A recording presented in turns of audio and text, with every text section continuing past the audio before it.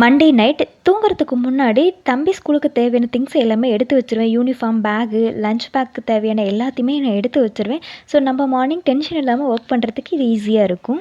Night தம்பி சொல்லிட்டான் morning லஞ்சுக்குமே puri தான் வேணும்னு சொன்னதுனால மார்னிங் எழுந்திரிச்சதுமே மாவு பிசைஞ்சு வச்சுட்டு உருளைக்கிழங்கு வேக போட்டுட்டேன். ஸோ நடுவில் கொஞ்சம் நமக்கு எனர்ஜி வேணும் இல்லையா, அதுக்கு கொஞ்சம் டீ போட்டு குடிச்சிட்டு தான் ஒர்க்கை ஸ்டார்ட் பண்ணேன்.